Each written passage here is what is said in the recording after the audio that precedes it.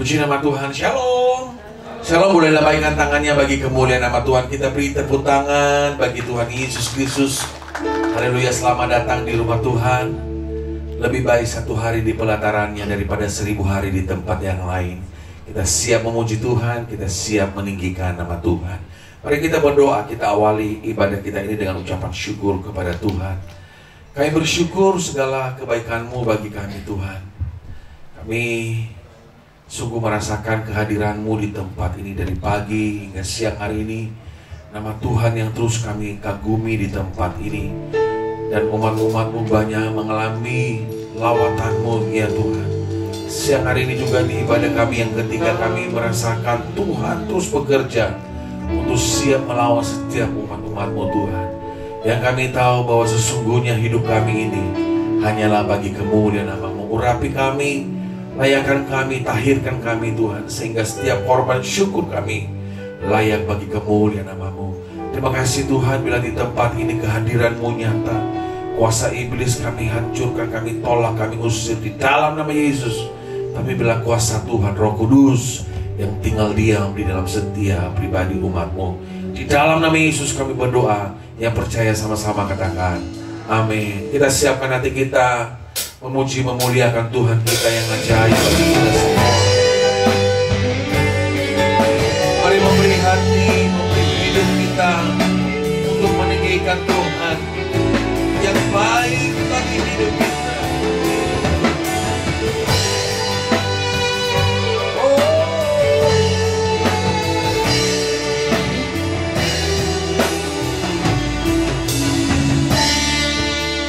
Sama-sama naikkan pujian ini dengan ucapan syukur kepada Tuhan.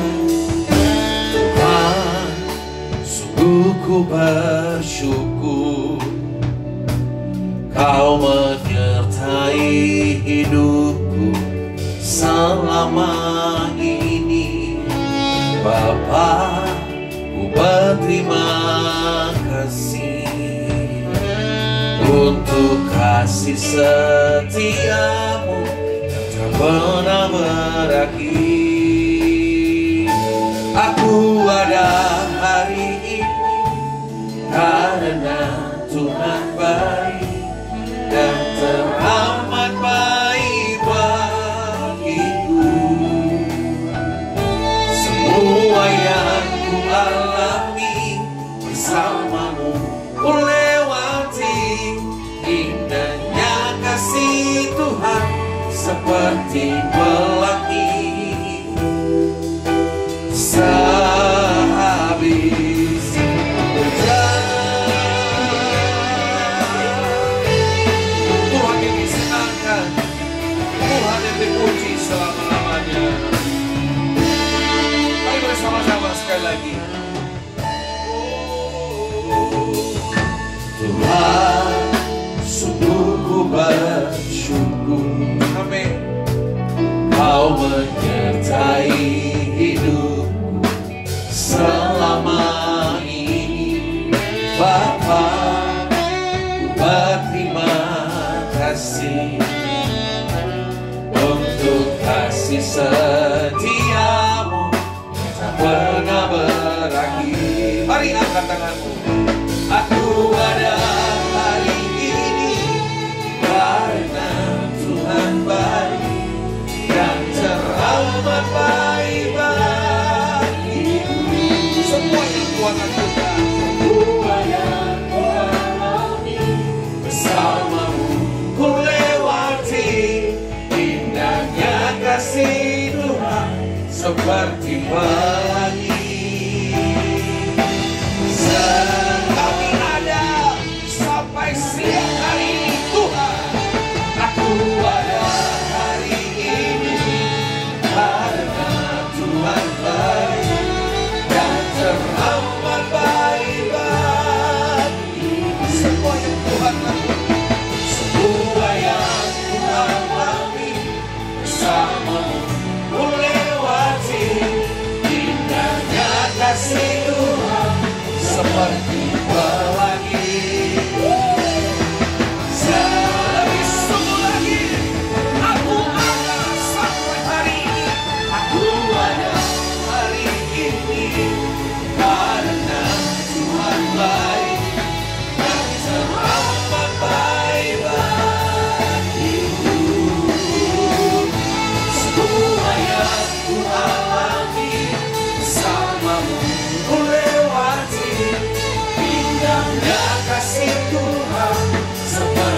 indahnya kasih Tuhan, indahnya kasih Tuhan seperti. Sekali lagi nyatakan, indahnya kasih Tuhan seperti pelangi sehabis hujan.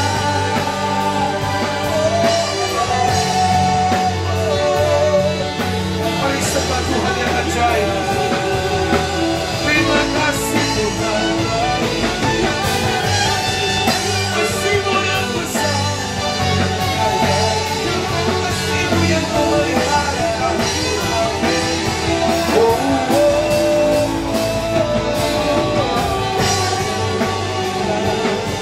Karya-Mu besar, karya-Mu besar, lebih dari segalanya.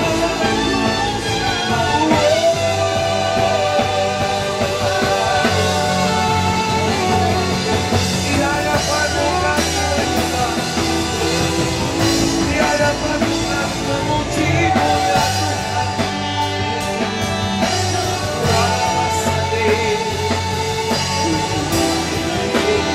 Segala yang terbaik Kau beri.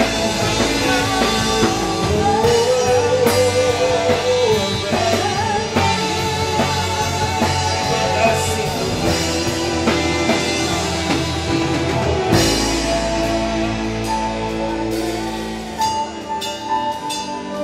Kami bersyukur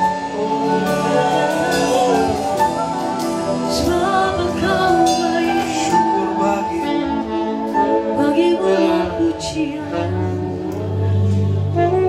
Kami sungguh bersyukur kepadamu Tuhan, sebab tiada Tuhan yang seperti Engkau.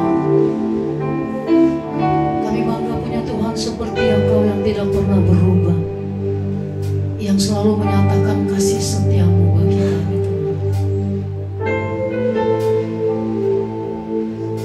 Haleluya. Mari kita angkat hati kita kepada Tuhan.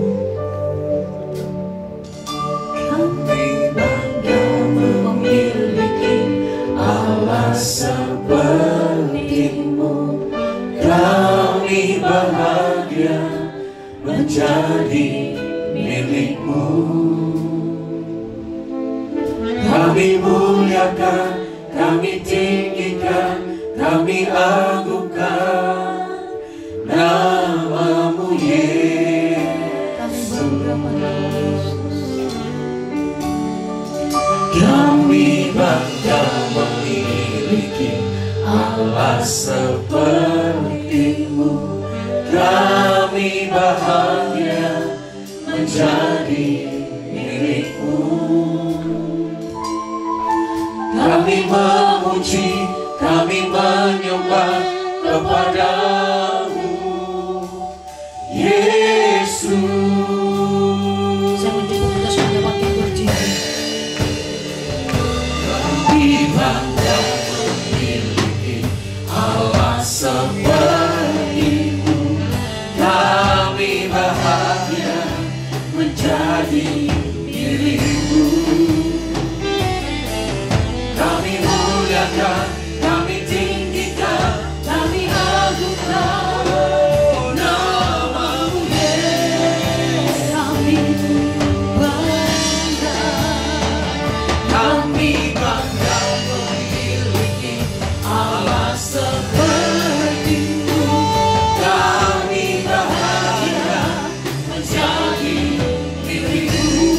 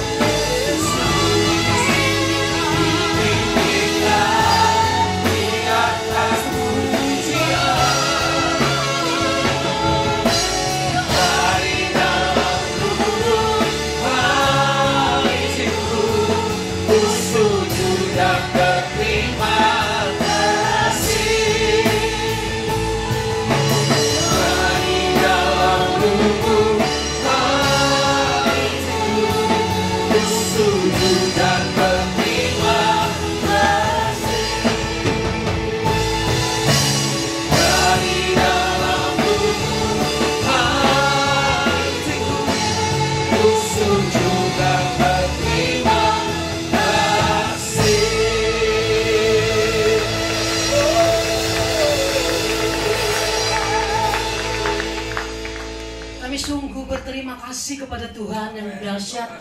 Kau luar biasa Tuhan. Kami bangga punya Tuhan seperti Engkau, yang tidak pernah berkesudahan kasih setiamu bagi kami, dan rahmat-Mu selalu baru bagi kami Tuhan. Terpuji-pujilah nama-Mu Bapa. Kami akan lebih bersorak, memuji, menyembah Tuhan Yesus. Di dalam nama Tuhan Yesus kami bersyukur. Kita sama-sama diberkati, berkata amin. Amin. Haleluya. Tepuk tangan yang lebih dahsyat bagi Tuhan. Saya boleh lihat lambaikan tangan umat Tuhan yang bersuka cita. Lebih tinggi, lebih tinggi. Berikan tos sampai kanan kiri kita semua. Kita senantiasa bersuka cita memuji Tuhan, karena sukacita mampu mengalahkan segala ketakutan, kecemasan, keraguan hati. Karena sukacita membawa damai sejahtera dalam hidup kita.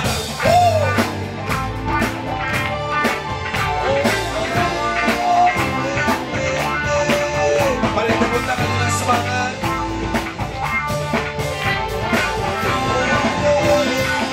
Mari sama-sama. Kataku isikan ketakutan, karena imanku pada Yesus Tuhan. Tak ada alasan tawar hati, karena Yesus ada di sini. Sama-sama. Ku percaya firman Tuhan sanggup menghidupkan. Boleh lambaikan tangannya semua. Sukacita dalam Tuhan melimpah, kekuatan dari Tuhan dan Tuhan ada. Tepuk tangan semua. Haleluya. Mari sama-sama semua katakan. Aku isikan ketakutan, karena imanku pada Yesus Tuhan. Tak ada alasan tawar hati, karena Yesus ada di. Boleh angkat tangan semua. Ku percaya firman Tuhan sanggup menghidupkannya. Semua. Sukacita dalam Tuhan melimpah, melimpah, kekuatan dari sekali lagi dari hatimu. Sukacita, sukacita dalam Tuhan melimpah selamanya, kekuatan dari Tuhan. Mari coba saja sama-sama. Sukacita. Mari suaramu memuji Tuhan Yesus. Oh. Mari dengan semangat lebih dahsyat lagi semuanya. Sukacita dalam Tuhan melimpah, kekuatan dari Tuhan tercurah,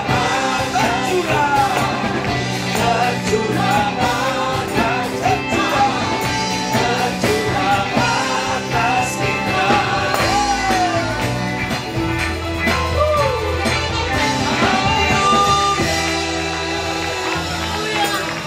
Mari kita senada dengan surga. Amin. Kita memuji Allah Tuhan, sebab Dia hadir di tempat ini.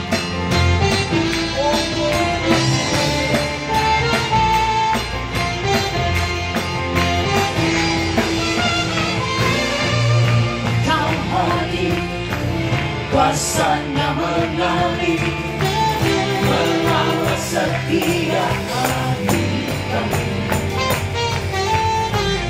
Kau pun membebaskan, Kau pun membangkitkan, kebesaran-Mu dinyatakan.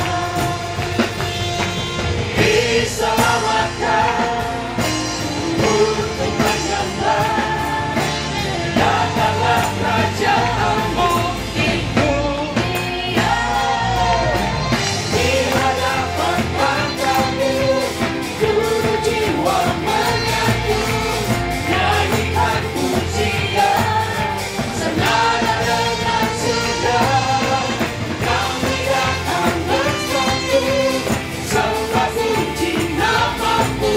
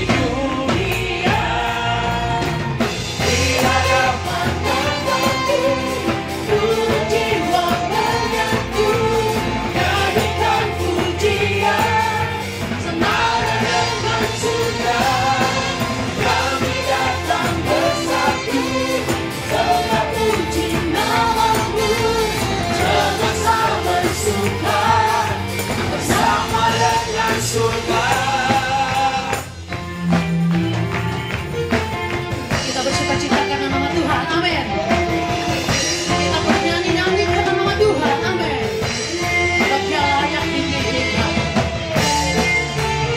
Tuhan layak dimasmurkan di tempat ini.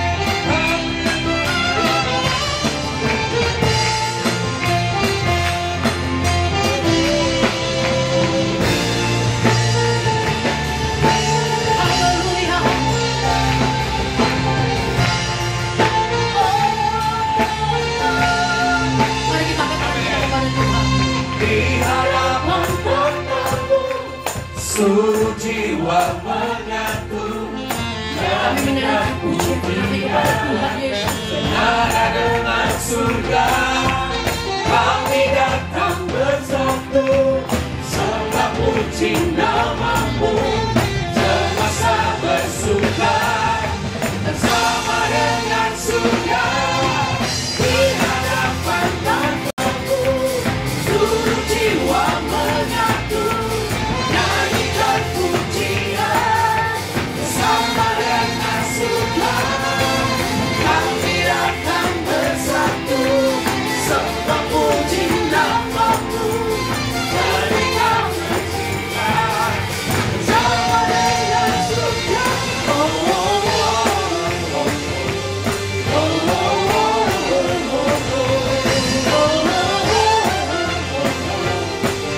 Senada dengan surga,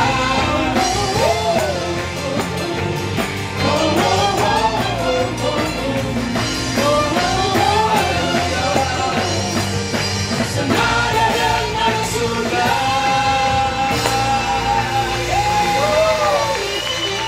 Masih mau memuji Tuhan lebih dahsyat, boleh lambaikan tangannya sekali lagi. Tepuk tangan bagi Yesus ya. Tuhan merisai hidup kita selamanya.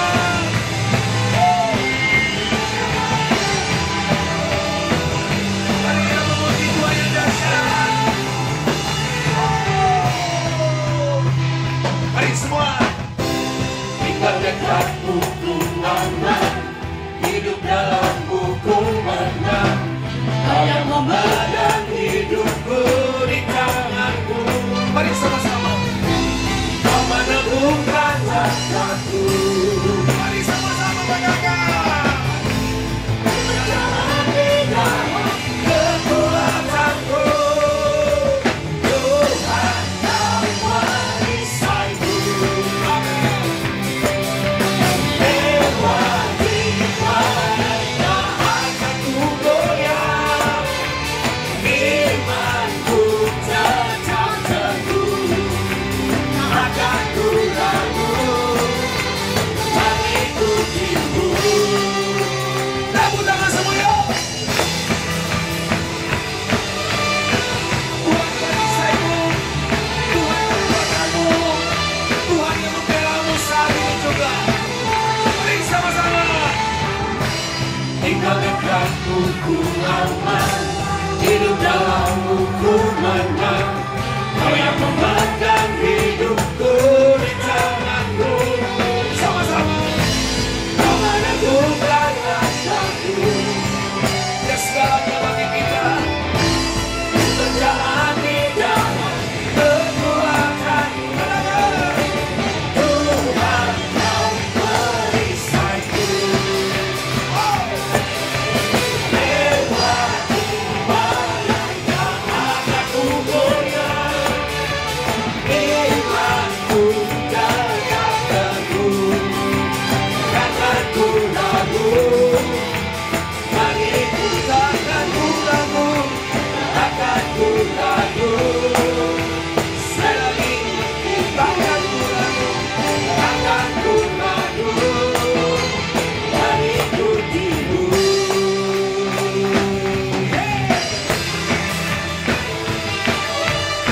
Tuhan beserta kita selama-lamanya.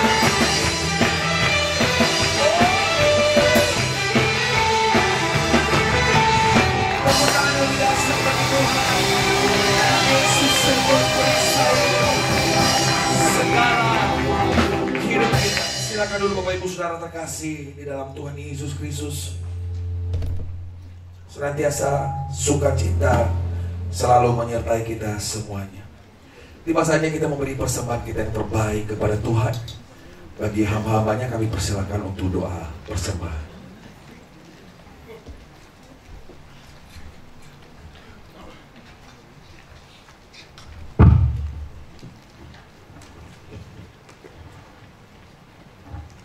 Shalom Bapak Ibu Saudara sekalian, ada yang belum menerima amplop persembahan biar bisa kami layani.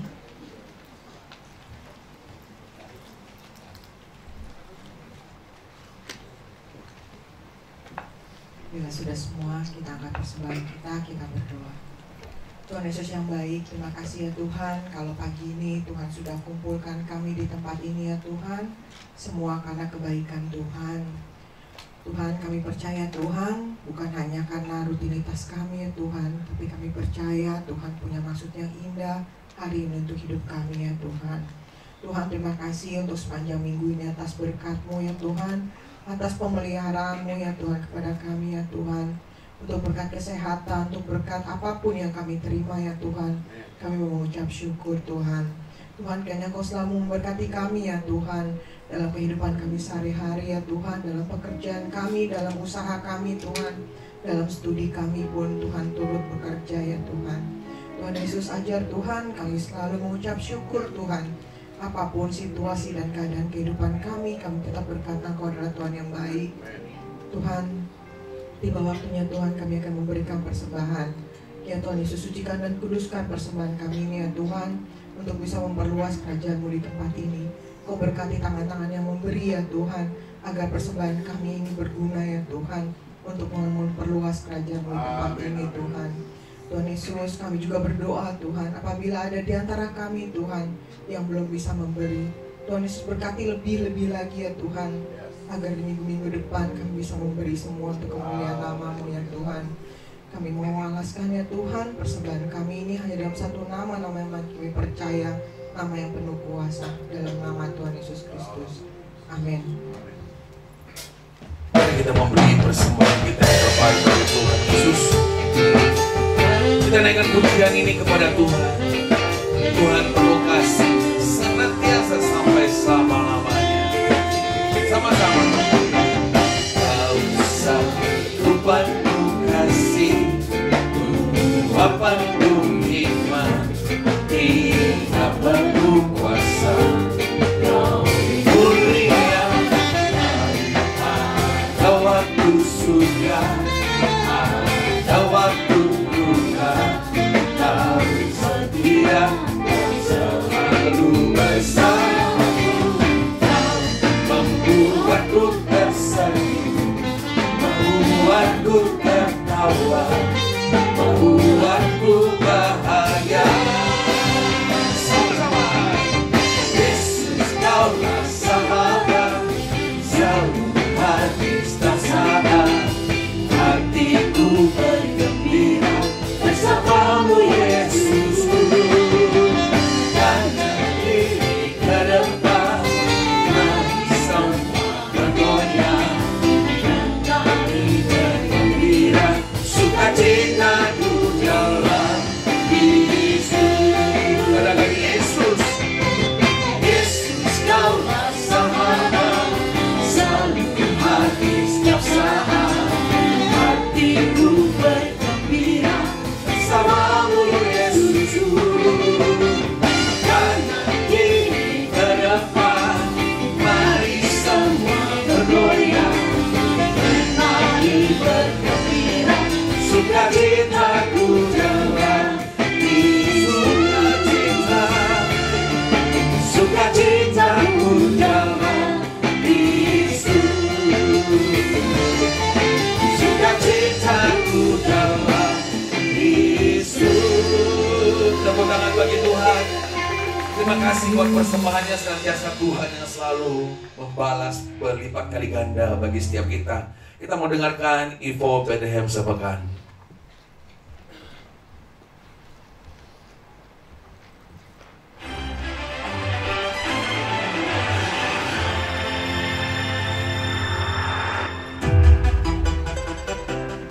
Shalom Bapak Ibu, Saudara-saudari di dalam Kristus.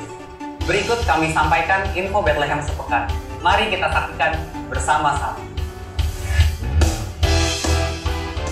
Ibadah Raya Hari Minggu 16 Maret 2025. Ibadah pertama pukul 7 pagi, ibadah kedua pukul 9 pagi, ibadah ketiga pukul 11 siang. Firman Tuhan akan dilayani oleh Pendeta Jipki Priyatelna. Dan ibadah kita yang keempat pukul 5 sore, firman Tuhan akan dilayani oleh Evangelis Ruth Sijabat. Praise and worship seluruh ibadah akan dilayani oleh worship leader Roy dan Ismayani. Bagi Bapak Ibu yang mempunyai anak di usia sekolah minggu, mari ajak anak Anda untuk mengikuti ibadah sekolah minggu setiap hari Minggu pukul 9 pagi dan pukul 11 siang secara onsite di gereja. Ayo anak-anak bergembira dan memuji Tuhan bersama. Shalom para wanita Allah. Kami mengajak Anda semua untuk dapat mengikuti ibadah WBI Bethlehem Rainforest yang akan diadakan setiap hari Rabu pukul 7 malam. Mari bertumbuh bersama di dalam Kristus. Hai pemuda-pemudi Bethlehem, Youth New Generation mengajak kalian semua untuk bergabung dalam ibadah Youth pada hari Sabtu pukul 6 sore. Mari pria Bethlehem bergabung bersama kami dalam ibadah kombat yang diadakan secara onsite di gereja pada hari Jumat pukul 7.30 malam. Jadilah pria hebat, berkarakter, dan berintegritas di dalam Tuhan. Shalom.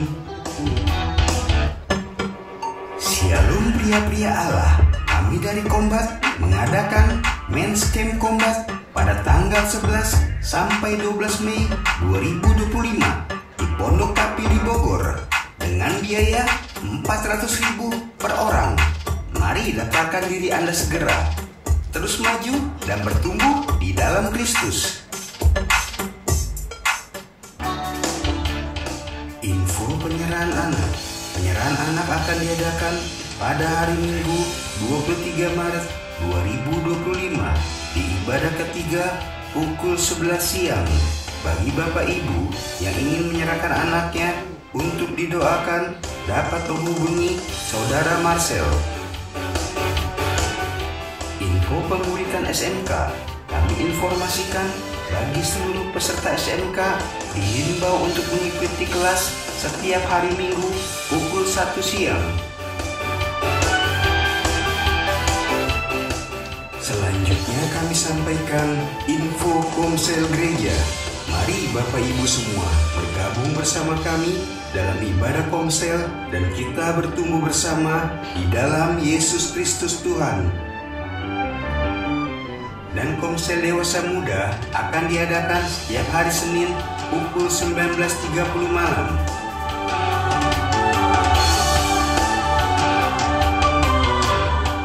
Shalom jemaat yang terkasih dalam Kristus. Kami mengajak seluruh jemaat, penatalayan, dan pengurus komisi untuk ikut berpuasa setiap hari Jumat. Mari kita bertekun dan bertumbuh di dalam Tuhan.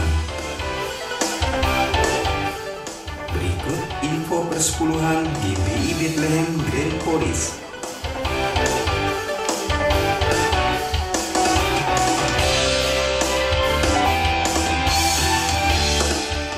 Bagi Bapak Ibu, saudara dan saudari yang memberi persepuluhan via transfer dapat mentransfer ke rekening yang tertera di layar ini. Shalom jemaat yang terkasih dalam Kristus. Kami informasikan bahwa waktu untuk persembahan awal tahun berakhir di minggu ketiga bulan Maret 2025. Mari muliakanlah Tuhan dengan hartamu. Tuhan Yesus memberkati.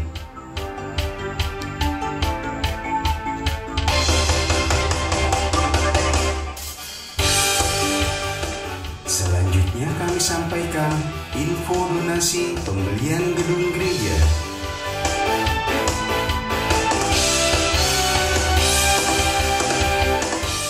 Dan kami sampaikan info dana sosial.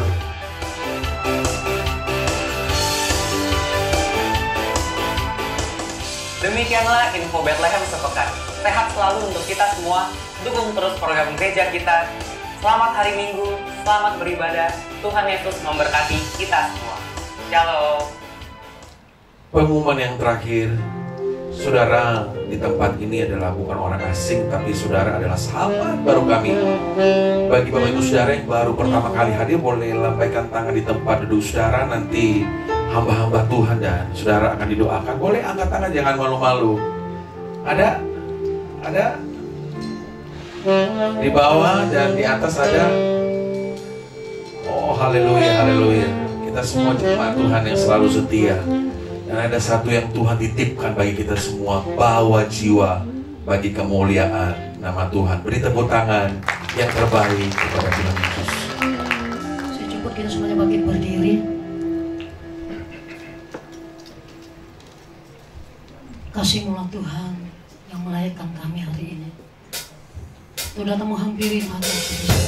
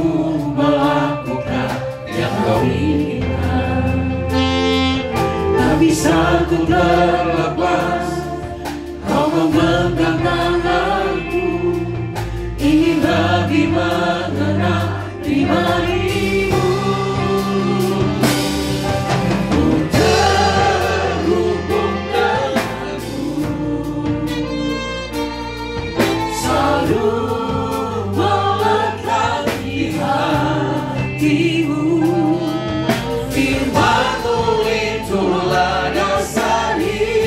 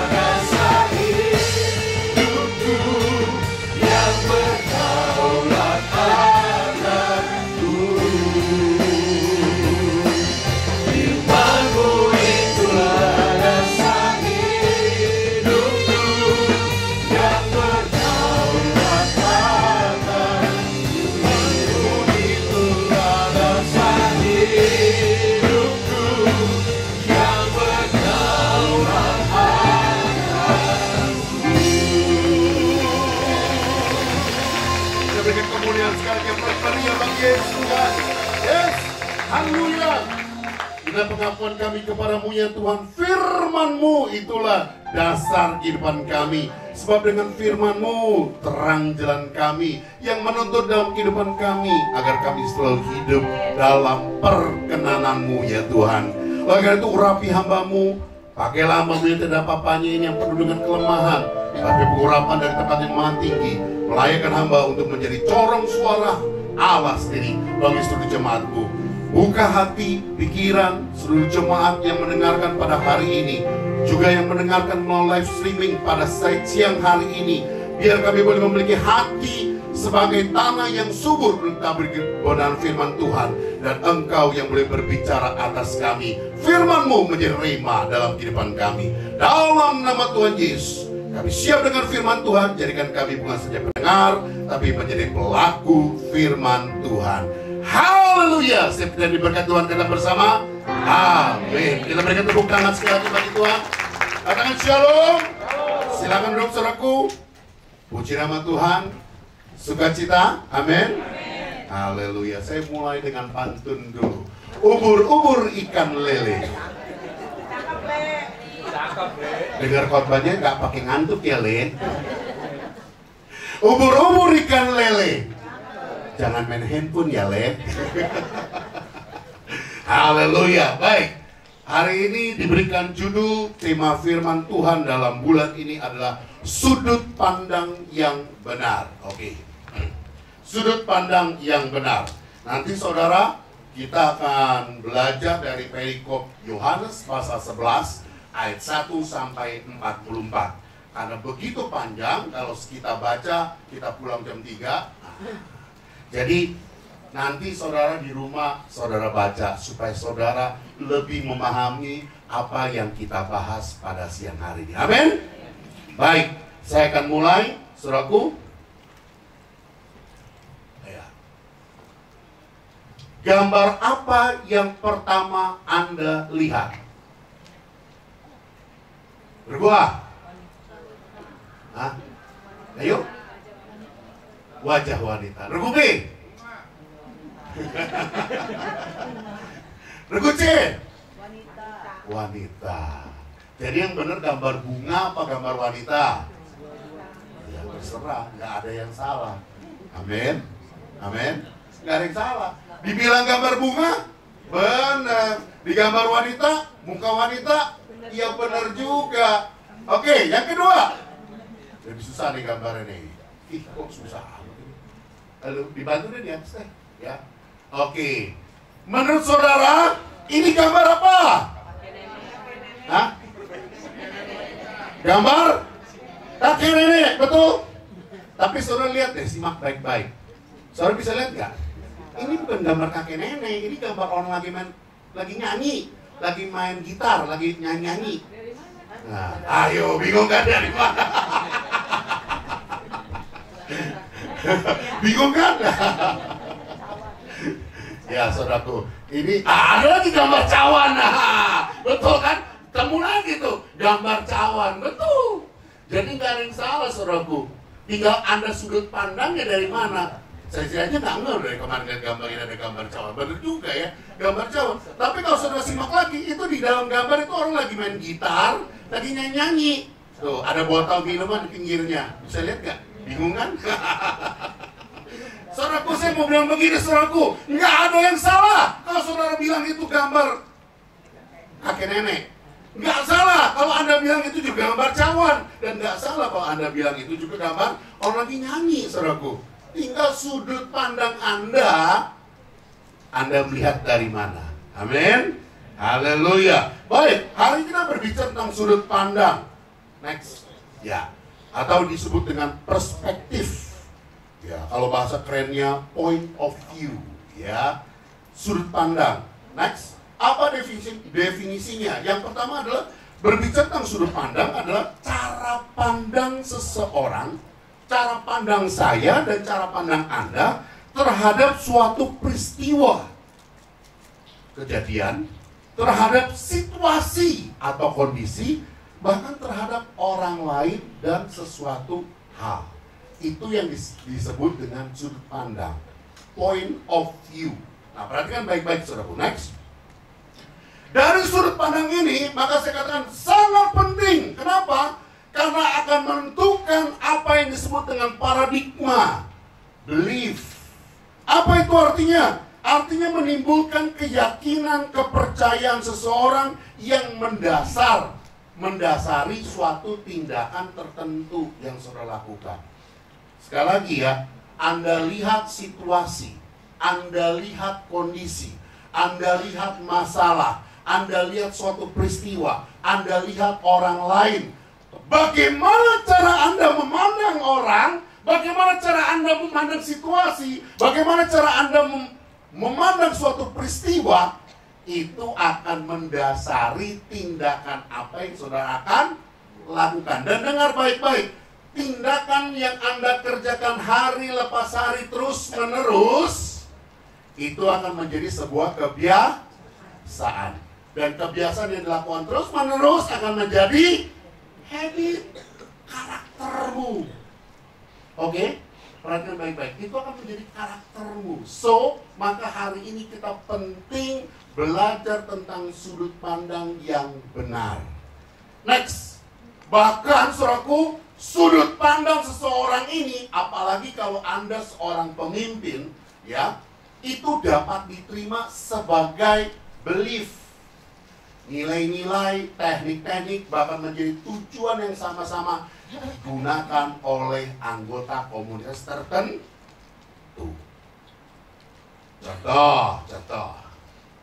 Dulu, ya, papa saya ini selalu membanggakan kita Jungpojen, Kaufensme. Jadi merasa Jungporen itu lebih harkatnya lebih tinggi. Kita dididik lu Jungporen. Wah, seolah-olah kita ini punya harkat yang lebih tinggi. Dari itu paradigma dibentuk saudaraku kepada anak-anaknya, sehingga kita akhirnya berpikir bahwa kita punya nilai lebih tinggi daripada orang pribumi. Nah, ini yang prinsip yang salah, saudara. Hati-hati saya bilang.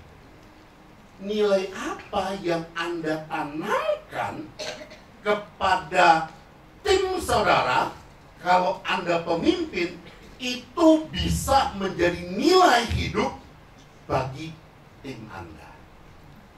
Paham, saudaraku? Ya, maka dikatakan amin. Oke, next. Hari ini kita mau belajar dari Yohanes 1 ayat 1 sampai 44. Untuk mempersingkat waktu, kita baca Yohanes 11 ayat 40. Kita baca sama-sama. 2, 3. Jawab Yesus, bukankah sudah kukatakan kepadamu, jikalau engkau percaya, engkau akan melihat kemuliaan Allah. Kata percaya di sini dalam bahasa aslinya itu menggunakan put in trust with, artinya kita menaruh kepercayaan, mempercayai. Ya, menaruh kepercayaan kepada Tuhan. Artinya apa? Kita punya sudut pandang kepada Tuhan. Ya. Next. Menjadi pertanyaan pada siang hari ini, kepada siapa dan apa kita harus memiliki sudut pandang yang benar? Saudara mau belajar? Yang mau belajar firman Tuhan katakan yes. Haleluya. Kita beri tepuk tangan dulu buat Tuhan Yesus. Yuk kita lihat yang pertama, Yohanes pasal 11 ayat 1 sampai 3. Karena 3 ayat saya minta kita baca sama-sama dengan suara yang lantang. Jangan sesama berskota, kita saling mendahului. Amin. Kita baca ayat 1 ya. 2, 3. Ada seorang yang sedang sakit, namanya Lazarus. Ia tinggal di Betania, kampung Maria dan adiknya Marta. Maria ialah perempuan yang pernah meminyaki kaki Tuhan dan minyak mur dan menyikanya dengan rambutnya. Dan Lazarus yang sakit itu adalah saudaranya. Kedua perempuan itu mengirim kabar kepada Yesus, Tuhan, dia yang engkau kasihi sakit. Oke, perhatikan kata-kata yang saya beri tanda merah. Tuhan Tuhan, dia yang engkau kasihi sakit. Pertanyaannya, siapa yang ngomong ini? Siapa yang ngomong? Messenger, pembawa berita. Siapa messengernya? Orang yang disuruh sama Maria dan Marta. Pertanyaan saya, siapa yang kenapa dia bisa ngomong, Tuhan, dia yang engkau kasihi sakit? Dari mana dia tahu bahwa Lazarus lagi sakit? Lazarus dikasihi Tuhan? Dari mana? Ya dari Maria dan Marta, betul? Maria Marta kasih tahu, nanti sampaikan sama Tuhan Yesus, dia yang engkau kasihi sedang sakit, betul nggak? Betul. Pertanyaan saya, emang Maria Marta tahu dari mana kalau Lazarus dikasih Tuhan, dikasih Yesus? Ayo, dari mana? Karena Maria Marta yakin bahwa Yesus memang mengasihi Lazarus, karena Yesus memang mengasihi Maria Marta dan Lazarus. Next, saudaraku, ini juga memang dikonfirm oleh penulis Yohanes, ya, Injil Yohanes ini. Dia katakan pada ayat yang kelima, Yesus memang mengasihi Marta dan kakaknya, yaitu Maria dan Lazarus. Artinya ada konfirmasi, yes, memang Maria, Marta, dan Lazarus dikasih. Bahkan next, lanjutnya lagi, pada ayat 35-36 pun dikatakan oleh orang-orang pada saat itu, orang-orang Yahudi yang ada dalam lokasi, mereka juga menyatakan, maka menangislah Yesus. Ayat 35 dikatakan, maka menangislah Yesus, kata orang-orang Yahudi, lihatlah betapa kasihnya kepadanya. Artinya orang-orang yang ada di situ pun mengkonfirmasi, yes, memang Yesus mengasihi mereka. Next, hari ini yang pertama, apa yang harus dan kepada siapa kita harus memiliki sudut pandang yang benar? Yang pertama adalah milikilah sudut pandang yang benar kepada diri sendiri dan orang lain. Katakan sama kanan kirinya, engkau dikasihi Tuhan. Amin. Amin. Saya mau katakan begini loh, Maria Marta kirim pesan sama messenger bahwa dia yang engkau kasih sedang sakit. Itu bukan pede-pedean, bukan sok-sok dia bahwa Yesus mengasihi Lazarus, bukan. Karena dia percaya, mereka percaya bahwa Yesus memang mengasihi Lazarus. Memang Yesus mengasihi Maria dan Marta. Next, pertanyaannya, bagaimana Anda memandang diri sendiri dan orang lain? Ini saya kasih gambar yang pertama, saudaraku. Ini gambarnya apa, saudaraku? Ayo yang suka jago main catur. Ini gambar apa? Hah? Ster, menteri, ya kan? Tapi begitu dia ngaca, jadinya apa? Dia. Padahal ster, tahu ster? Ster itu bisa cara jalannya, ayo dong yang menjago catur dong, ayo, bisa kemana aja? Ster, mau lurus, cot, langsung tancap, bisa. Dia bisa ngelengkain berapa langkah, bisa, betul begitu ya? Mau ke kiri, bisa, mau ke kanan, bisa, bahkan bisa langsung beberapa langkah, saudaraku. Bahkan ster itu bisa miring ke kiri maupun ke kanan, betul? Tapi tahu kalau pion, cara jalannya bagaimana? Diizinkannya dalam main catur?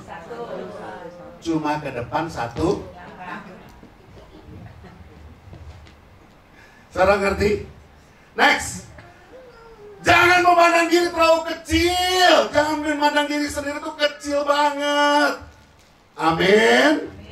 Jangan memandang terlalu kecil diri Anda. Bagaimana mungkin? Bagaimana bisa? Saya mah nggak layak. Masa iya saya bisa begitu? Itu mah nggak mungkin lah buat saya. Kenapa? Karena Anda memandang diri Anda terlalu kecil. Next. Akibatnya apa? Kalau Anda memandang diri Anda terlalu kecil, maka Anda akan menjadi minder. Lalu, minder itu apa? Minder itu beda sama rendah hati. Minder itu adalah rendah diri. Rendah diri beda dengan rendah hati. Kalau rendah diri itu artinya Anda nggak pedean, Anda nggak percaya diri. Minder. Itu namanya minder, bukan rendah hati. Orang yang minder biasanya dia punya satu peristiwa atau kejadian yang merekam memang dalam hidup dia. Dia merasa bahwa hidup dia kurang, tanda kutip, ada sesuatu yang kurang. Jadi dia merasa minder. Itu kalau dibilang saudara kembar, itu sama dengan saudara kembarnya orang sombong. Karena orang sombong merasa dirinya punya lebih. Itu saudara kembar, saudaraku. Jangan pandang diri terlalu kecil. Tidak berani berpikir besar. Sulit maju, sulit berkembang dalam hidup. Kenapa? Ya nggak berani maju lah. Merasa dirinya selalu kurang. Merasa tidak layak. Bahkan menjadi loser. Kalah. Menyerah terhadap masalah. Next. Bahkan yang lebih gawatnya lagi, orang-orang yang memandang dirinya kecil itu biasanya apa? Akan mengkultuskan orang lain atau kelompok lain. Kenapa? Karena dia merasa diri dia nggak layak, diri dia terlalu kecil. Harusnya tuh kayak si Anu tuh hebat. Saking memujanya, saking merasa bahwa dia orang lain itu merasa hebat, artinya sampai mengkultuskan orang itu yang hebat. Berapa banyak jemaat datang ke gereja nyari pendeta untuk didoain. Kenapa? Karena Anda mulai melihat mengkultuskan orang lain. Padahal saudaraku, firman Tuhan berkata apa? Tumpang tangan atas orang sakit, maka orang sakit disembuhkan. Pertanyaan saya, yang punya tangan si pendeta itu doang atau Bapak Ibu punya tangan? Hah? Bapak Ibu juga punya tangan, tumpang tangan dong. Jangan tengah malam. Bu RT.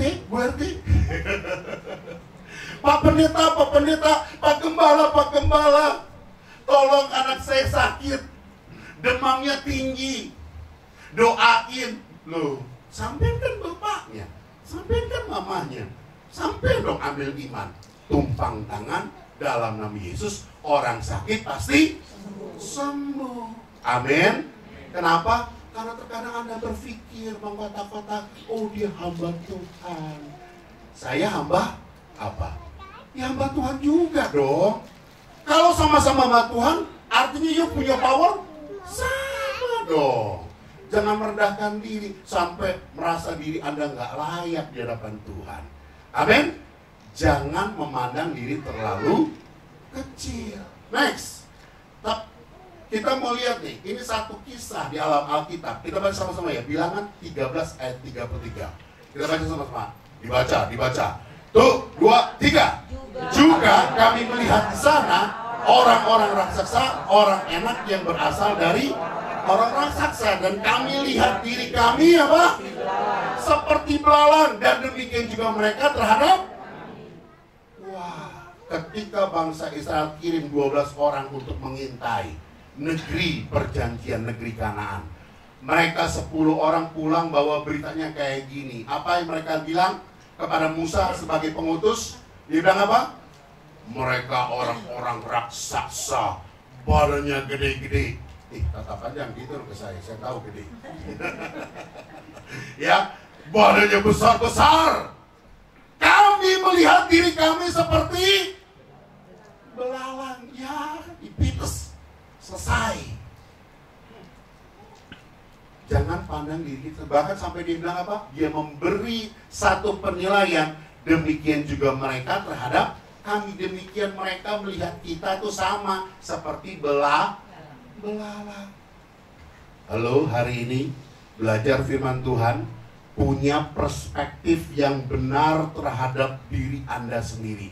Jangan terlalu kecil. Anda anak Tuhan. Amin. Next.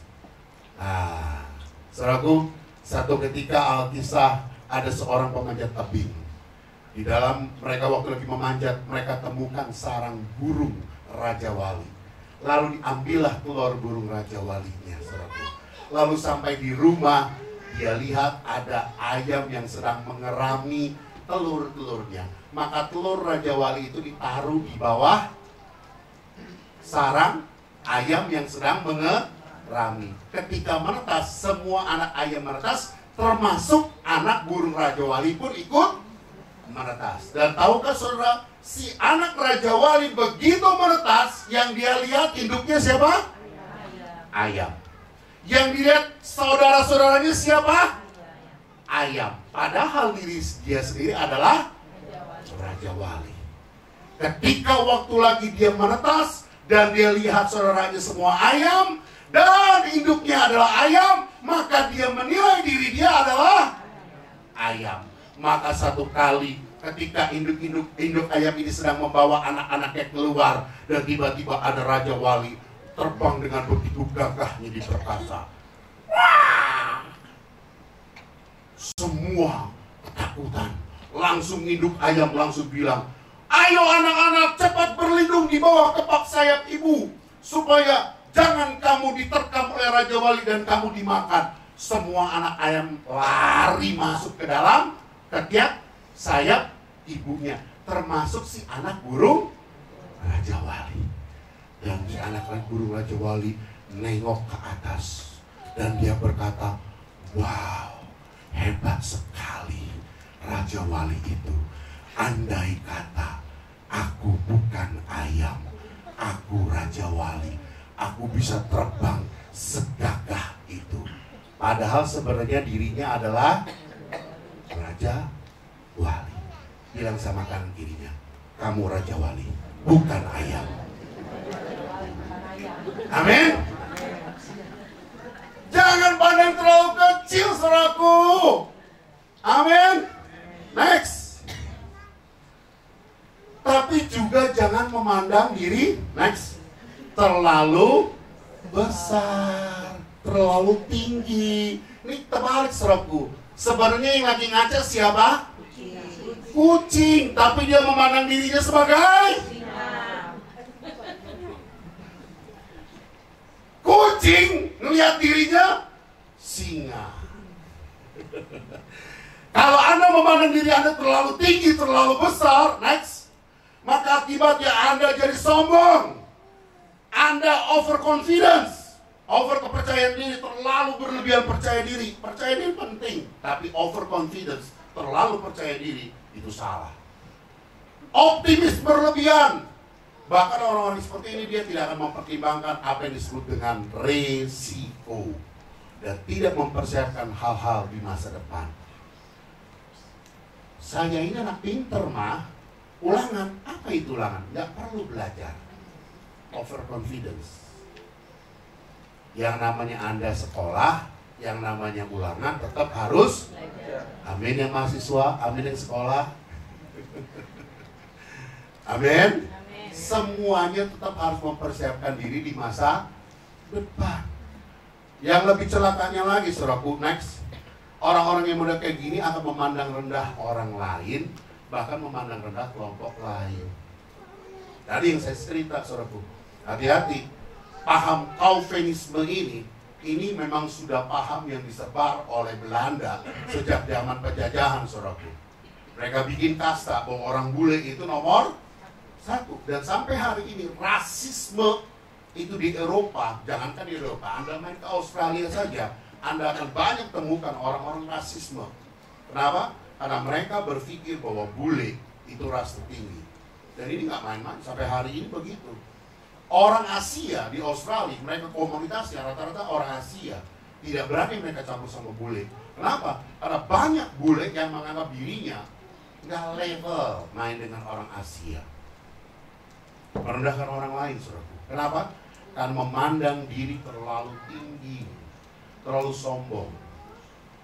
Sekarang penilaian saudara terhadap orang lain, kita nggak usah tinggi-tinggi, nggak usah ngomong terlalu lebar. Bagaimana Anda terhadap satu dengan yang lainnya? Di gereja ini, di komunitas saudara, di tempat kerja. Anda memandang diri Anda seperti apa? Apakah Anda memandang diri Anda itu seperti terlalu kecil, seperti belalang di hadapan mereka? sehingga Anda mengkultuskan orang lain lebih hebat.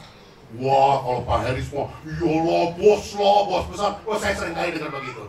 Dia nggak tahu isi dompet gua. Yolah, saya cuma ngasih tahu ya, saya cuma dianugerahkan perut besar, badan besar, muka besar. Anda nggak tahu kan dalamnya saya bagaimana. Ya, Anda terkadang memandang diri Anda terlalu kecil begitu terhadap orang lain. Karena saya percaya Anda punya kapasitas jauh lebih besar, lebih hebat kalau Anda mau gunakan. Tapi juga hati-hati, jangan memandang hal yang salah, memandang terlalu tinggi. Next. Lihat apa kata firman Tuhan, Amsal 21 ayat 4. Mata orang congkak dan hati yang sombong, yang menjadi pelita orang fasik adalah dosa. Saya mau bilang ya, hati-hati, jangan ada roh kesombongan pada kita. Dengar, dosa satu-satunya yang tidak disadari ketika Anda melakukan adalah dosa kesombongan. Kalau Anda dosa mencuri, Anda sadar, iya ya gue mencuri ya. Anda nyeleweng, Anda juga sadar sebenarnya Anda sedang berdosa. Betul? Anda berzina, Anda sadar bahwa Anda berzina. Anda bisa sadar itu.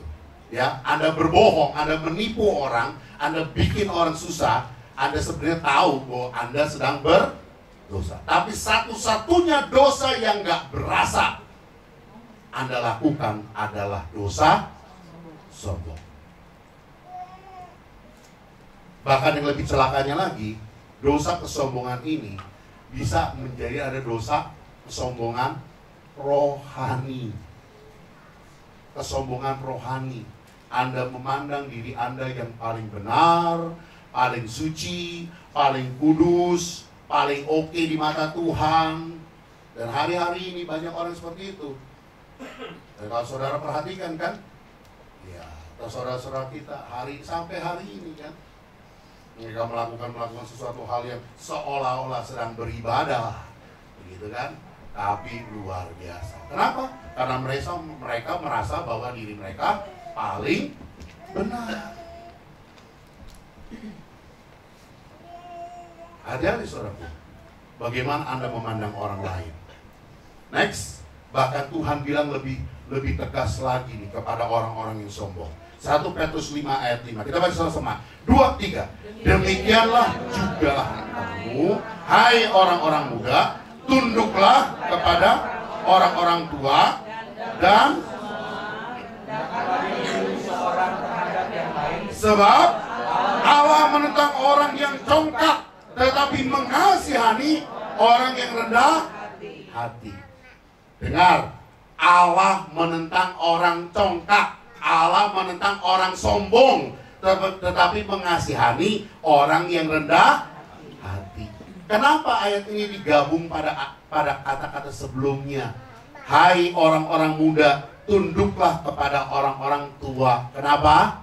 Karena banyak anak-anak muda, orang-orang muda yang sombong terhadap orang tuanya. Allah, mama tahu apa sih? Sekolah juga tinggian gua. Allah, papa tahu apa sih? Bisnis juga jagoan gua. Buktinya saya lebih berhasil dari papa. Banyak orang-orang tua, anak-anak muda merasa lebih hebat dari orang tuanya. Hari ini dengar firman Tuhan. Hei orang-orang muda, walaupun mungkin secara pendidikan engkau lebih pintar, mungkin secara pekerjaan engkau lebih berhasil, mungkin secara material engkau lebih kaya dari orang tua, tapi dengar firman Tuhan, jangan sampai engkau memandang diri tinggi sampai merendahkan orang tuamu. Maka firman Tuhan bilang apa? Allah menentang orang sombong, orang congkak. Hari ini yuk kita punya perspektif, punya cara pandang, sudut pandang yang benar terhadap diri sendiri dan orang lain. Yang kedua, next. Yuk kita baca Yohanes 11 ayat 6. Namun setelah didengarnya bahwa Lazarus sakit, ia sengaja tinggal 2 hari lagi di tempat di mana ia berada. Ketika messenger itu datang kepada Yesus, kasih tahu bahwa Lazarus sedang sakit, Yesus nggak buru-buru langsung pergi ke rumah Lazarus, enggak. Tapi akhirnya kata kenapa? Dia malah menetap di tempat dia berada selama 2 hari. 2 hari itu lama loh. Saudara, saya mau bawa gambaran nih saudara. Kalau saudara misalnya datang ke rumah saya, Om, tolong Om, saya butuh banget nih, saya butuh banget pinjaman Om. Terus saya bilang, enggak. Nanti ya seminggu lagi kamu baru datang kemari. Kira-kira keki enggak? Kira-kira marah enggak? Atau 2 hari lagi kamu datang kemari ya? Marah enggak kira-kira? Ini yang terjadi loh. Yesus sengaja bikin mundur 2 hari baru jalan ke tempat Lazarus. Lanjut saudaraku, lanjut. Ayat 17 dikatakan, maka ketika Yesus tiba, didapatilah Lazarus telah 4 hari berbaring dalam kubur. Jadi waktu lagi Yesus baru sampai, Lazarusnya sudah meninggal 4 hari di dalam kubur. Halo, Bapak Ibu, saya mau kasih tahu nih, kuburannya orang Yahudi itu di dalam goa. Jadi pegunungan-pegunungan itu dikorek dalamnya, lalu kemudian si jenazah itu ditaruh di dalamnya, lalu pintunya ditutup sama batu besar. Saudaraku, diperkirakan kalau 4 hari sudah meninggal dan itu tidak diformalin, tidak ada apa, saya yakin nggak ada formalin zaman segitu. Itu 4 hari saudaraku, itu sudah mulai terjadi mulai pembusukan saudaraku. Ya, bahkan saya pernah mendengar penelitiannya, itu 4 hari itu lagi meletus tuh semua tuh. Jadi isi perut, bola mata, begitu ya. Itu lagi hancur-hancurnya gitu. So bayangkan, Yesus datang sudah 4 hari dikubur. Next. Ketika Maria mendengar bahwa Yesus datang, ia pergi mendapatkannya, tetapi Maria tinggal di rumah. Maka kata Marta kepada Yesus, Tuhan, sekiranya engkau ada di sini, saudaraku pasti tidak mati. Ada seperti ini loh. Ketika waktu Yesus datang, ini Marta, Marianya masih duduk, Martanya udah gegabah dulu, dia udah langsung cepat bangun. Begitu ketemu Yesus, dia bilang, Tuhan, seandainya engkau ada di sini, pasti saudaraku nggak mati. Kalau bahasa saya nih, bahasa gampangnya begini loh. Telat lu datang, telat lu. Lu datang tuh telat gitu. Tuhan telat, datangnya telat. Andai kalau gitu Tuhan tuh datangnya lebih awal, pasti nggak mati. Tapi kalau sekarang udah telat, udah mati. Bahkan saya lihat lagi, perkataan yang sama juga dilontarkan oleh Maria ketika Maria ketemu dengan Yesus pada ayat 32. Setibanya Maria di tempat Yesus berada dan melihat dia, Maria apa? Tersungkurlah ia di depan kakinya dan berkata kepadanya, Tuhan, sekiranya engkau ada di sini, saudaraku pasti tidak mati. Artinya mau bicara apa tuh? Mereka berdua menyatakan bahwa seperti seolah-olah Tuhan terlambat. Tuhan gak ada waktu lagi kami butuhkan. Tuhan, kalau andai kata hari itu Tuhan ada, pasti saudaraku gak mati. Telat Tuhan, sudah terlambat. Sekarang sudah terlambat, udah 4 hari kubur. Saya mau bawa begini saudaraku hari ini. Pernah gak saudara ngerenung? Seringkali kita berkata seperti itu sama Tuhan ketika kita menghadapi situasi tertentu. Seakan-akan kayaknya Tuhan tuh gak ada buat kita. Seakan-akan Tuhan tuh kayaknya gak, sama sekali gak peduli. Bahkan Tuhan seolah-olah terlambat buat kita. Hari ini, yuk next. Yang kedua, milikilah sudut pandang yang benar kepada Tuhan. Seolah-olah Tuhan itu nggak bekerja. Seolah Tuhan itu kayaknya nggak ada buat kita. Bahkan kita bisa katakan Tuhan udah telat, sekarang udah telat. Tapi saya mau bilang, oh nggak ada kata terlambat buat Tuhan. Amin. miliki sudut pandang yang benar sama Tuhan. Next. Ketika Anda memandang Allah secara salah, saya mau bilang, Anda sebenarnya seolah-olah lagi merasa dirinya lebih bijak daripada Allah. Anda seakan-akan merasa lebih hebat, lebih pintar dari Allah. Yuk, lihat Yesaya 40 ayat 13. Dikatakan begini, siapa yang dapat mengatur roh Tuhan atau memberi petunjuk kepadanya sebagai penasehat? Allah kita terlalu besar, Allah kita terlalu dahsyat. Kita nggak bisa menyelami pekerjaan Allah. Siapa yang bisa jadi penasehatnya Allah? Bahkan Roma pasal 11 ayat 33 sampai 34 diulang lagi. Ya, oh alangkah dalamnya kekayaan, hikmat dan pengetahuan Allah. Sungguh tidak terselidiki keputusan-keputusannya, dan sungguh tiada terselami jalan-jalannya. Sebab siapakah yang mengetahui pikiran Tuhan? Atau siapakah yang pernah menjadi penasehatnya? Yuk, kalau kita ada masalah, kalau kita ada pergumulan, apapun, seolah-olah Tuhan kelihatannya tertutup buat kita, seolah-olah kayaknya Tuhan gak hadir buat kita. Jangan pernah kita menghakimi Tuhan. Jangan pernah kita seolah-olah kita lebih bijak dari Tuhan. Saya mau bilang, waktu Tuhan adalah waktu yang terbaik. Apapun kejadian Tuhan izinkan dalam kehidupan kita, jangan pernah Anda salah memandang Tuhan. Amin. Tuhan lebih bijaksana. Tuhan lebih baik dari apa yang kita kira. Pandanglah Allah secara benar. Next.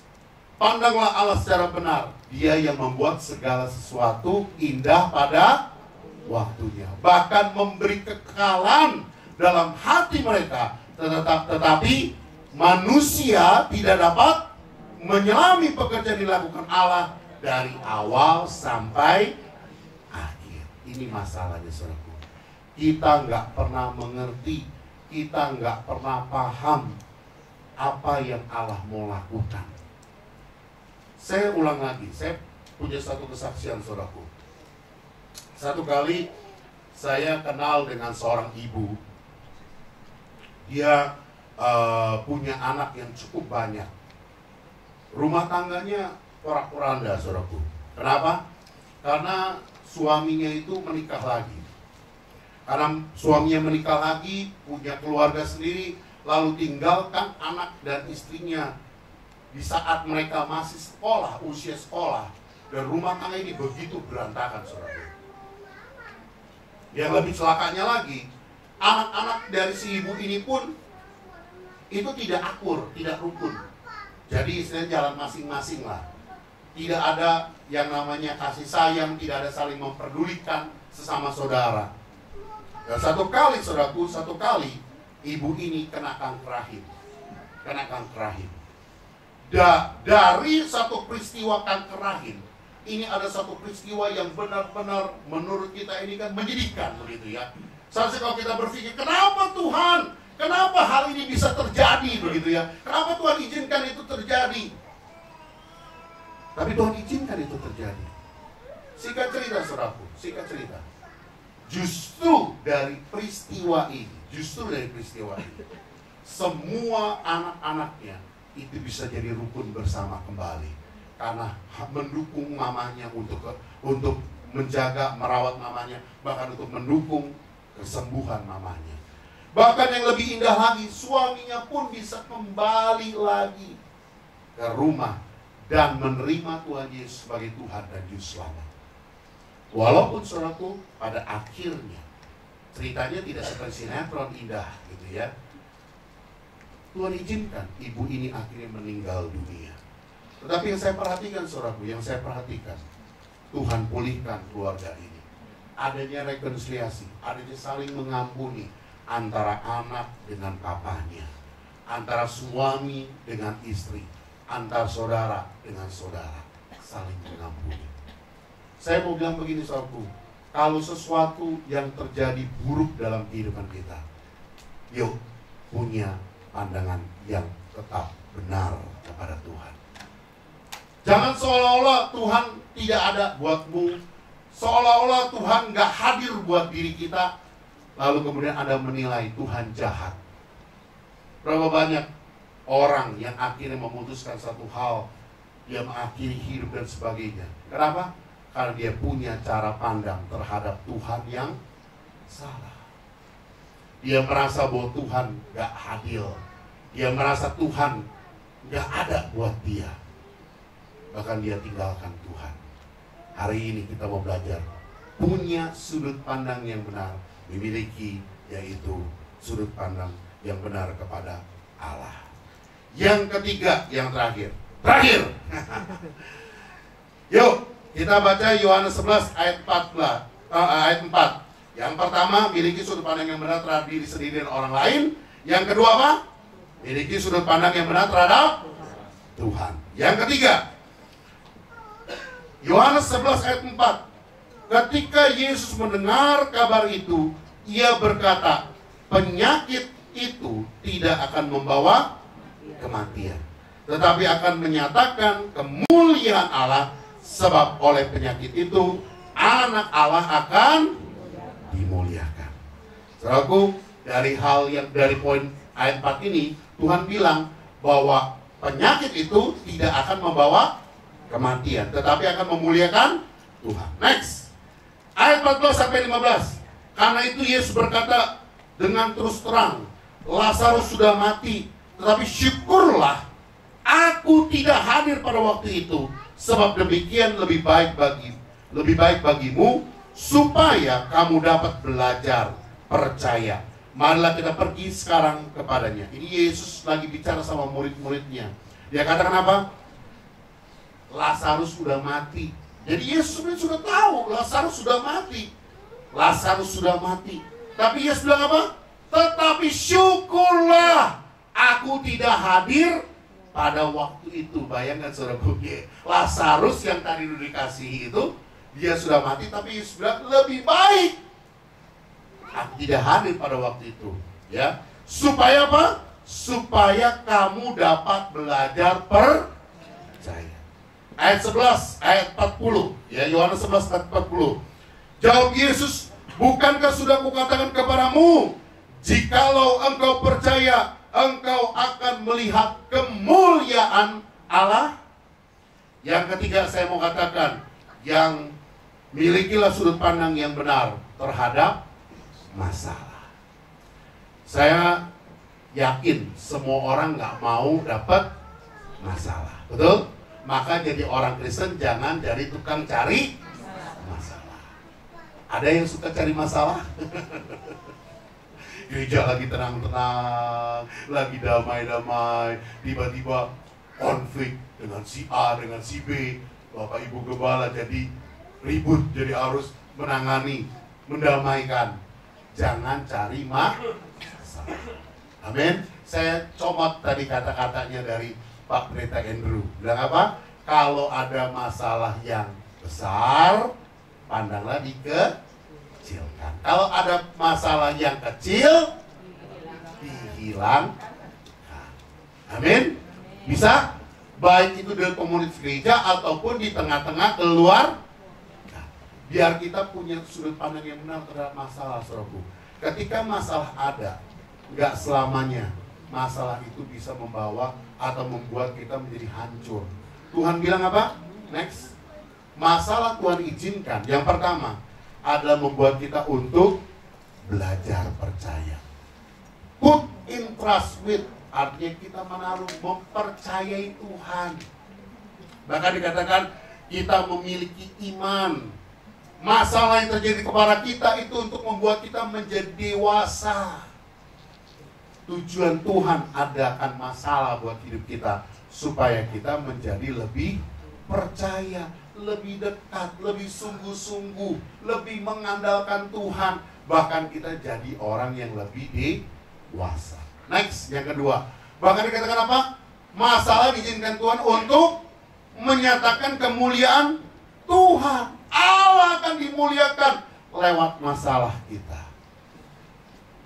Saya melihat bahwa hidup saya ketika banyak pergumulan, banyak masalah. Justru itulah yang saya katakan, kemuliaan Tuhan justru dinyatakan lewat saya, lewat hidup saya. Saya lihat banyak perkara-perkara yang begitu ajaib, begitu luar biasa. Dari masa muda saya lihat Tuhan begitu bekerja. Sampai saya lihat hidup saya sampai hari ini. Kalau Tuhan buat saya ada sebagaimana saya ada sekarang, itu adalah karena kemuliaan Tuhan dinyatakan dalam saya. Semua itu bisa dinyatakan gara-gara apa? Ya masalah. Maka jangan pernah takut ada masalah. Amin. Ada masalah, justru disitulah Tuhan mau menyatakan kemuliaannya. Next. Ini ayat 41, ayat 42. Maka mereka mengangkat batu itu, lalu Yesus mengadah ke atas dan berkata, Bapa, aku mengucap syukur kepadamu karena engkau telah mendengarkan aku.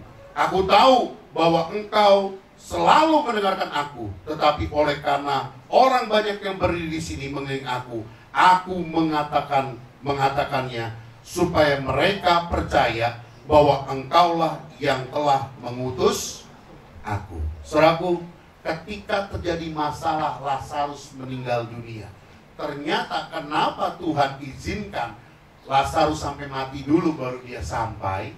Ternyata bukan hanya untuk memuliakan, misalnya untuk menunjukkan Yesus berkuasa, saudaraku, bisa membangkitkan orang mati. Tapi di sini saya perhatikan apa?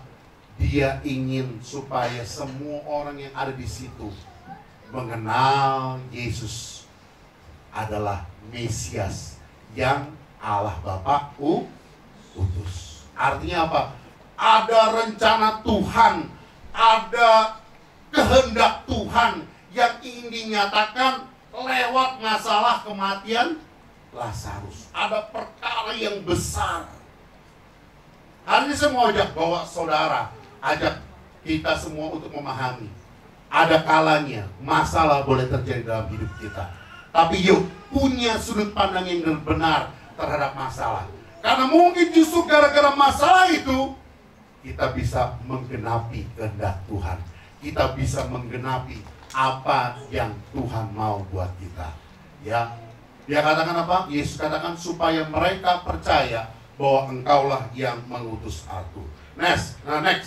Masalah kematian Lazarus dipakai oleh Yesus Kristus untuk menggenapi rencana Allah Bapa agar dunia tahu bahwa Yesus Kristus adalah Kristus Mesias yang diutus oleh Bapa. Sebagai ayat yang terakhir, kita baca sama-sama ayat 42 ayat 5. Kita baca ya, 2, 3. Hanya dari kata orang saja aku mendengar tentang engkau, tetapi sekarang mataku sendiri memandang engkau. Hari ini kita mau seperti Ayub berkata, masalah boleh ada, pergumulan boleh ada. Jangan jadi orang Kristen hanya cuma punya kesaksian dari mulut orang lain. Oh iya, Tuhan hebat. Oh iya, Tuhan dahsyat. Tuhan luar biasa. Tapi kita nggak pernah tahu kedahsyatan Tuhan. Ayub berkata seperti itu. Dulu kata orang, aku dengar tentang Tuhan. Tuhan hebat, Tuhan dahsyat, Tuhan luar biasa. Tapi sekarang mataku sendiri memandang engkau. Sebagai kesimpulan, kita baca sama-sama 2, 3. Miliki sudut pandang yang benar akan diri sendiri, orang lain, Tuhan, dan masalah. Maka kita akan memiliki pengalaman rohani bersama Tuhan. Amin. Biarlah kita punya sudut pandang yang benar terhadap diri sendiri, terhadap orang lain, terhadap Tuhan, dan terhadap masalah. Maka kita punya pengalaman rohani yang besar. Amin. Tuhan Yesus Kristus berkati. Haleluya. Mari kami undang para pemain musik.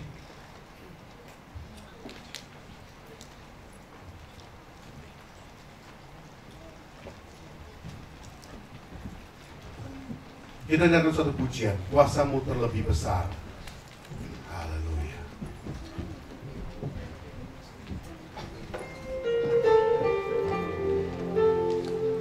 Haleluya. Kuasa-Mu terlebih besar, Tuhanku terlebih besar. Tak pernah terlambat janji-Mu ya Tuhan, menolong hidupku.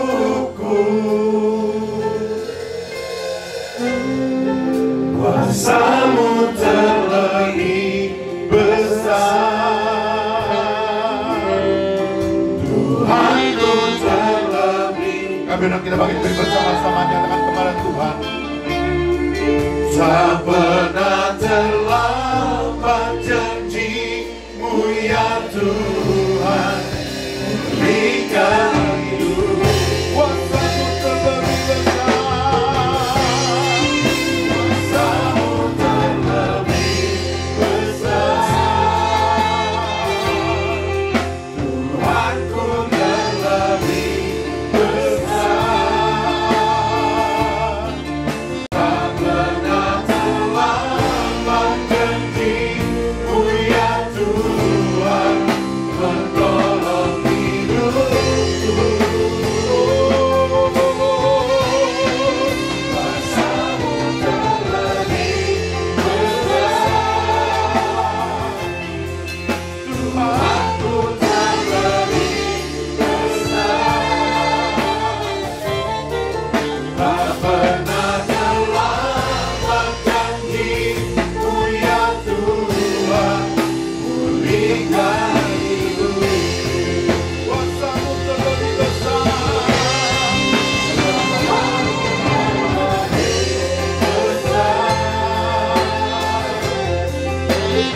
Tuhanku terlebih besar.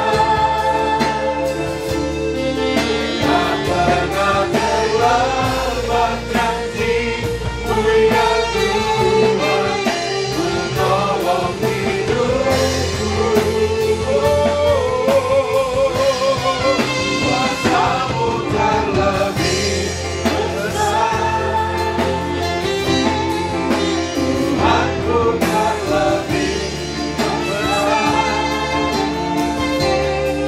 Tak pernah terlambat janji-Mu ya Tuhan, pulihkan hidupku. Tak pernah terlambat, tak pernah terlambat janji-Mu ya Tuhan, pulihkan hidupku. Tak pernah terlambat, tak pernah terlambat janji-Mu ya Tuhan, pulihkan hidupku.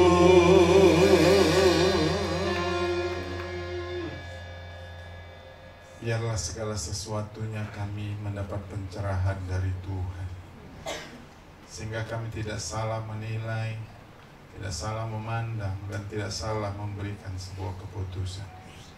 Terima kasih pewahyuan-Mu pada siang hari ini. Berkati hamba-Mu sudah memberkati kami.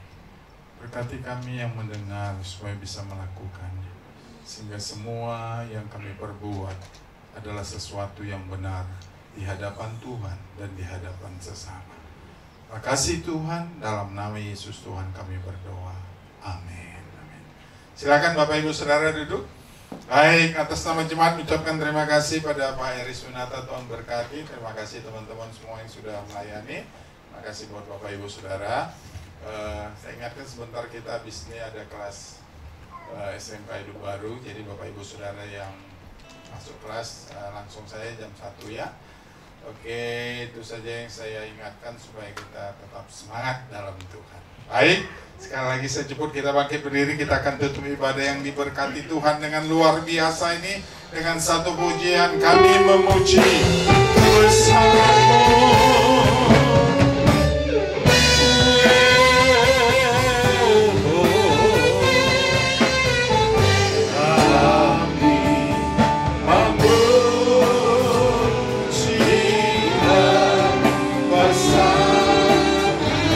Katakan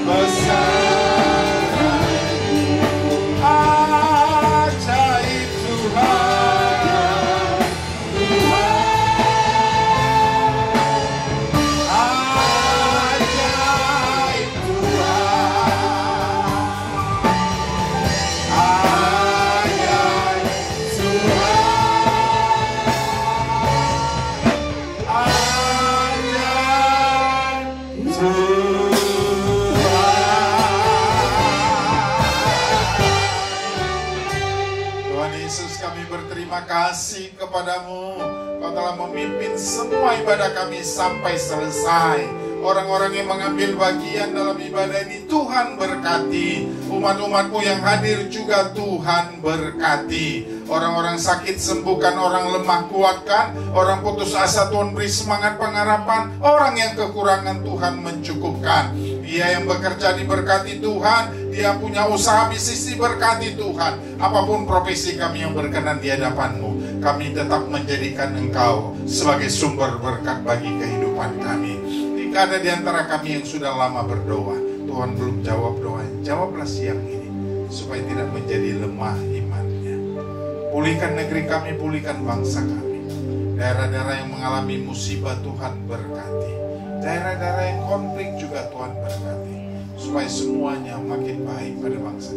Berkati semua pejabat, berkati semua menteri, berkati presiden dan wakil presiden, supaya semuanya dapat menjalankan tugas dan fungsinya sebagai pemimpin negeri ini, sehingga Indonesia makin hari makin baik, makin hari makin diberkati, makin hari makin mengalami kemajuan.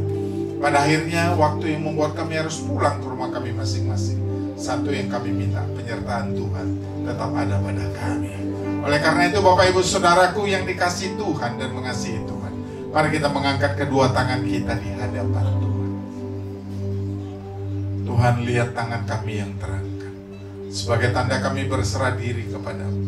Ulurkan tangan-Mu yang penuh kuasa itu untuk memberkati kami masing-masing.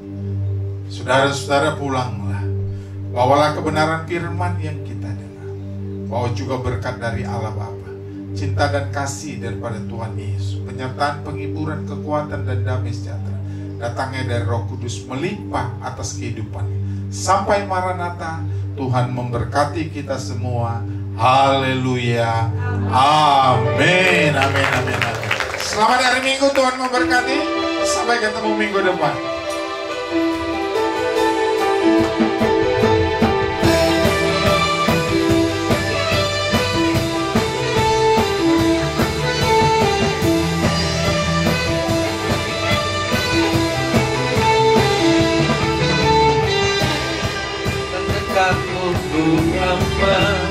Hidup dalam hukum mata, Kau yang memegang hidupku di tangan-Mu. Kau meneguhkan langkahku, ku berjalan